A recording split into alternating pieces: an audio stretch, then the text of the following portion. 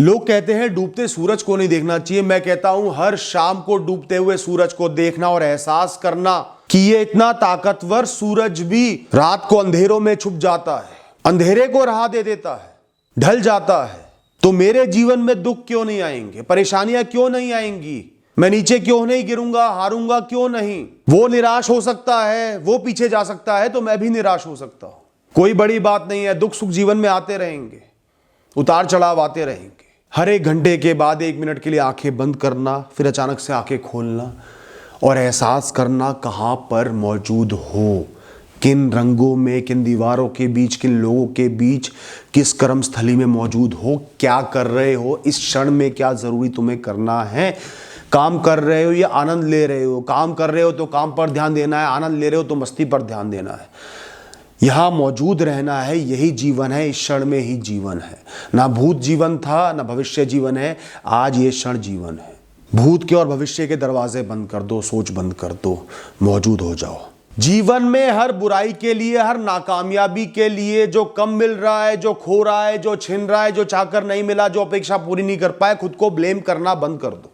मेरी तो किस्मत ही खराब है, मैं तो कुछ कर ही नहीं सकता, मेरे तो बस की ही नहीं है, मुझसे नहीं हो पाता, मेरे साथ तो ऐसा ही होता है, मैं तो बना ही इसके लिए। बंद कर दो ये सब। जीवन में हर चीज को कंट्रोल करना बंद कर दो। सब कुछ मेरे हिसाब से ही हो जाए, जो मैंने सोचा वैसा हो जाए, जो मेरी अपेक्षा है वो पूरी ही हो। नहीं होगी पूरी।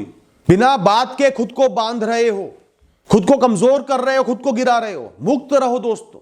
गलती ढूंढनी है तो सिर्फ इतनी ढूंढो कि आगे मैं खुद को कैसे सुधार पाऊं, बस। बाकी प्रकृति में बहुत कुछ हो रहा है, बहुत सारे निमित्त हैं जो एक काम को पूरा या अधूरा कर रहे हैं। और तुम भगवान नहीं हो जो सब कुछ तुम्हारे हिसाब से होगा। जीवन अपने हिसाब से चलेगा, तुम्हें अपने फैसलों से चलना है दोस्त। परिस्थितियों में खड़े रहकर दिखाना है। विपरीत परिस्थितियों में जो इंसान खड़ा है उसका जीवन खास है। परिस्थितियां तुम्हारे हिसाब से हो रही हैं, वो जीवन नहीं है। बहुत ही बेहतरीन आदत है, बेहतरीन काम है। बड़ा हो या बच्चा हो, सबको लगभग हर दिन एक मॉरल स्टोरी, अच्छा ज्ञान देने वाली कहानी पढ़नी है। बहुत छोटी सी कहानी होती है, 2-2, 3-3 पृष्ठ की, पेजेस की। हर दिन एक कहानी पढ़ो और उसका जो मॉरल है, जो वो समझाना चाह रही है, उसको समझो। कहानी के माध्यम से चीजें बहुत आसानी से समझ में आती हैं। और बच्चों की किताबों में भी मैंने ऐसी ऐसी कहानियां देखी है जिनमें बहुत बड़ी बड़ी सीखें मिल जाती है दोस्तों। जब मन में जो प्रश्न आए, ये नहीं समझ में आ रहा, ये कैसे होगा, ये क्लियर नहीं है, ये बात अधूरी है मन में, उसी समय उसका हल निकालो। उसी समय पूछो, देखो, जांचो, ढूंढो, हल निकालो, क्लैरिटी करो। कोई शब्द का मतलब समझ में नहीं आया, तुरंत ढूंढो क्या मतलब है। किसी जगह का नाम याद नहीं आ रहा, तुरंत ढूंढो। कोई तुम्हारे सामने किसी विषय पर बात कर रहा है, तुम्हें समझ में नहीं आया, तुरंत ढूंढो। बाद में देख लूंगा, वो बात कभी नहीं आएगा। जैसे ही दिन में थोड़ा सा भी खाली समय मिलता है ना, हमारा ध्यान कंजम्पशन पर, भोगने पर चला जाता है। खाने की चीज हो, सिगरेट हो, चाय हो, तंबाकू हो, सारी गलत आदतें हैं उसी समय पनपती हैं। तो जब भी थोड़ा सा भी खाली समय मिले, बहुत मेहनत भी कर रहे हो, आपका ध्यान आराम लेने पर, चैन देने पर दिमाग को और शरीर को होना चाहिए। स्ट्रेचिंग करना, शरीर को ढीला छोड़ देना, लंबी गहरी सांसें लेना, मन को शांत करना, ईश्वर के नाम का ध्यान करना, या कोई भजन या गाना गुनगुना लेना, दिमाग को शांत करना, किसी से बातें कर लेना, 4 बातें कर लेना, मन को हल्का करना। बहुत देर से अंदर बैठे हो, थोड़ी देर बाहर निकल जाना, थोड़ी सी सैर कराना। खाली समय को कर्मों से भरना, अपने मन और शरीर को शांत करने के लिए, चैन देने के लिए। कोई भी काम जब भी पकड़ो तो मंशा होनी चाहिए कि अब इसको खत्म कर कर, समाप्त कर कर ही आगे बढ़ूंगा। कामों को अधूरा छोड़ने की जो आदत है वो सबसे खराब आदत है। मुश्किल है, समझ में नहीं आ रहा, बाद में देख लेंगे, बड़ा ज्यादा है, बोर हो रहा हूं, मन नहीं लग रहा, सबसे खराब आदत है, इंसान को नाकामयाबी के दलदल में धकेल देती है। काम पकड़ो तो कमिटमेंट के साथ, अब पूरा करूंगा फिर उठूंगा। जिन मुसीबतों से कल सामना करना पड़ेगा, कल देखना पड़ेगा, कल हैंडल करना पड़ेगा, आज अभी कर लो ना, मुक्त हो जाओ, फिर फ्री हो जाओगे। माना कि आप उन्हें खरीद सकते हो, अफोर्ड कर सकते हो, माना कि वो आपको खुशी देती है, आनंद देती है, पर इसका मतलब यह नहीं कि आप किसी भी प्लेजर के सोर्स को, आनंद के विषय को निरंतर भोगते रहो। कभी भी आनंद के विषयों में निरंतरता नहीं होनी चाहिए। इसका एक कारण है कि आप उस पर डिपेंड हो जाते हो, उसके आदी बन जाते हो, फिर वो आपको कंट्रोल करता है। एक दिन नहीं मिला तो पागल से हो जाओगे, वो नहीं होने देना। आनंद भोगो, मजे लो, मस्ती करो, पर अपने मन से, मजबूरी में नहीं कि करना ही करना है। तो इसलिए एक चेन नहीं बनने देनी निरंतर किसी काम को करने की। गैप जरूर देना, हफ्ते में एक बार, महीने में एक बार, हफ्ते में 3-4 दिन नहीं होना। ये इस तरीके से आनंद देने वाले विषयों को भोगो दोस्तों। जब भी मन में इच्छा जागृत हो, इंद्रियों में इच्छा जागृत हो, इंद्रियां कपकपाएं कि ये चाहिए, वहीं एक खेल शुरू होता है। कौन ताकतवर, आप, ये दुनिया या आपकी इंद्रियां? जितना डिले कर सकते हो करो ना, जितना इंतजार अपनी इंद्रियों को, दुनिया को करा सकते हो करवाओ। देखते हैं कितनी पेशेंस है मेरे में, कितना इंतजार कर सकता हूं, फिर भोगो।